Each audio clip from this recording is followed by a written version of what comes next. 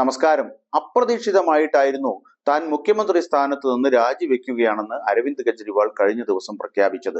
2 ദിവസത്തിനുള്ളിൽ രാജി സമർപ്പിക്കുമെന്നും ഇനി ജനവിധി അറിഞ്ഞാൽ മാത്രമേ അധികാരത്തിലേക്ക് മടങ്ങൂവെന്നും കെജ്രിവാൾ വ്യക്തമാക്കി.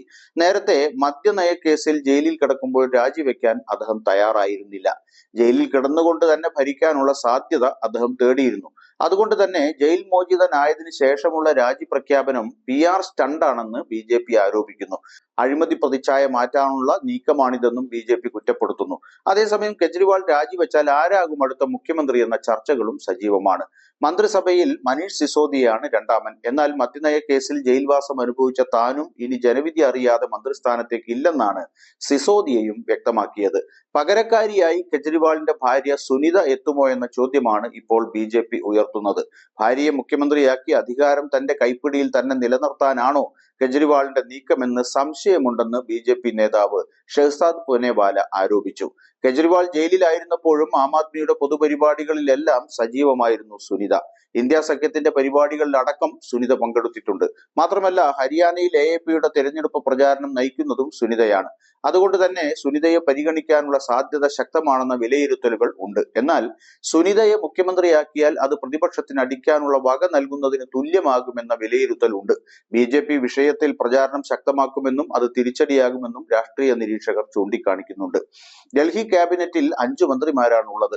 ഗോപാൽ റായ് ഏറ്റവും മുതിർന്ന നേതാവാണ്. ഇമ്രാൻ ഹുസൈൻ, കൈലാഷ് ഗെഹ്ലോട്ട്, സൗരഭ് ഭരദ്വാജ്, അതിഷി എന്നിവരാണ് മറ്റു മന്ത്രിമാർ.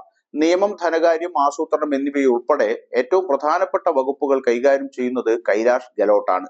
അതേസമയം PWD, ജലം, വൈദ്യുതി, വിദ്യാഭ്യാസം, ഉന്നത വിദ്യാഭ്യാസം, വിജിലൻസ് തുടങ്ങി ഏറ്റവും കൂടുതൽ വകുപ്പുകൾ കൈകാര്യം ചെയ്യുന്നത് അതിഷിയാണ്. കെജ്രിവാളിന്റെ അസാന്നിധ്യത്തിൽ പാർട്ടിയുടെ മുഖമായി നിന്നത് അതിഷിയായിരുന്നു. ഡൽഹിയിലെ ഉദ്യോഗസ്ഥ സംഘവുമായി അടുത്ത ബന്ധം പുലർത്തുന്ന മന്ത്രി കൂടിയാണ് അതിഷി. ഇത് അവർക്ക് അനുകൂല ഘടകമാണ്. പാർട്ടിക്കുള്ളിലും ജനങ്ങൾക്കുമിടയിൽ നല്ല സ്വാധീനമുള്ള നേതാവാണ് കൈലാഷ്. അതുകൊണ്ട് കൈലാഷിനെ പരിഗണിക്കാനുള്ള സാധ്യതയും തള്ളിക്കളയാൻ സാധിക്കില്ല. 2 ദിവസത്തിനുള്ളിൽ ഇക്കാര്യത്തിൽ പ്രഖ്യാപനം ഉണ്ടായേക്കും. അതിനിടയിൽ ഉടൻ തന്നെ ഡൽഹിയിൽ നിയമസഭാ സമ്മേളനം വിളിച്ചു ചേർക്കുമെന്ന് സ്പീക്കർ രാം നിവാസ് ഗോയൽ അറിയിച്ചിട്ടുണ്ട്.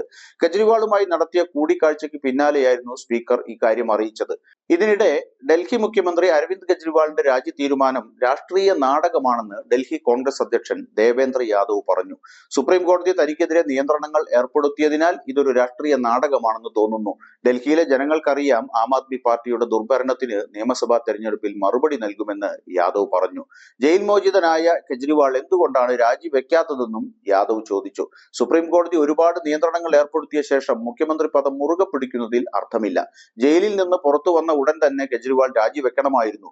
എന്തിനാണ് അദ്ദേഹം 2 ദിവസം കാത്തിരിക്കുന്നത് എന്നും യാദവ് ചോദിച്ചു.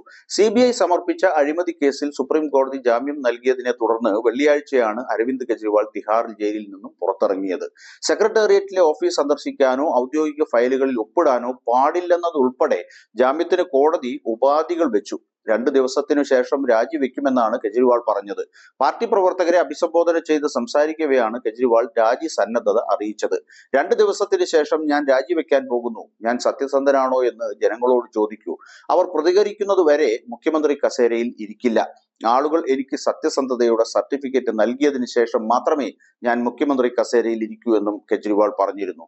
കെജ്രിവാൾ സത്യസന്ധനാണെന്ന് തോന്നുന്നുവെങ്കിൽ എനിക്ക് വോട്ട് ചെയ്യൂ. തെരഞ്ഞെടുപ്പിന് ശേഷം ഞാൻ മുഖ്യമന്ത്രിയാവാം. ഞാൻ സത്യസന്ധനല്ലെങ്കിൽ വോട്ട് ചെയ്യേണ്ട. എന്റെ സത്യസന്ധതയ്ക്ക് നിങ്ങൾ തരുന്ന സർട്ടിഫിക്കറ്റ് ആണ് ഓരോ വോട്ടും എന്നും അദ്ദേഹം പറഞ്ഞു. ഈ സാഹചര്യം രാഷ്ട്രീയ വൃത്തങ്ങളിൽ നിന്നും ജനങ്ങളിൽ നിന്നും വിവിധ പ്രതികരണങ്ങൾക്ക് കാരണമാക്കിയിട്ടുണ്ട്. രാജ്യപ്രഖ്യാപനത്തിന് പിന്നിലെ കെജ്രിവാളിന്റെ ഉദ്ദേശങ്ങളെക്കുറിച്ചും 2 ദിവസത്തെ സമയത്തെക്കുറിച്ചും പലരും ചോദ്യങ്ങൾ ഉയർത്തി. കെജ്രിവാളിന്റെ ഭരണത്തെയും സത്യസന്ധതയെയും കുറിച്ചുള്ള ഈ സമീപകാല സംഭവങ്ങളും പൊതുജനാഭിപ്രായവും വരാനിരിക്കുന്ന നിയമസഭാ തെരഞ്ഞെടുപ്പുകളെ കാര്യമായി സ്വാധീനിക്കുമെന്നാണ് പ്രതീക്ഷിക്കുന്നത്. 6 മാസത്തെ ജയിൽവാസത്തിന് ശേഷം ആണ് കെജ്രിവാളിന് ജാമ്യം ലഭിച്ചത്. മദ്യനയ കേസിലാണ് അദ്ദേഹം അറസ്റ്റിലായിരുന്നത്. അതേസമയം കെജ്രിവാൾ രാജിവെച്ചാൽ ആരായിരിക്കും മുഖ്യമന്ത്രി സ്ഥാനത്തേക്ക് എത്തുക എന്ന ചോദ്യവും ഉണ്ട്. സുനിതയാണോ, അതിഷിയാണോ, അതുമല്ലെങ്കിൽ മറ്റാരെങ്കിലുമാണോ എന്ന് കാത്തിരുന്ന് കാണാം.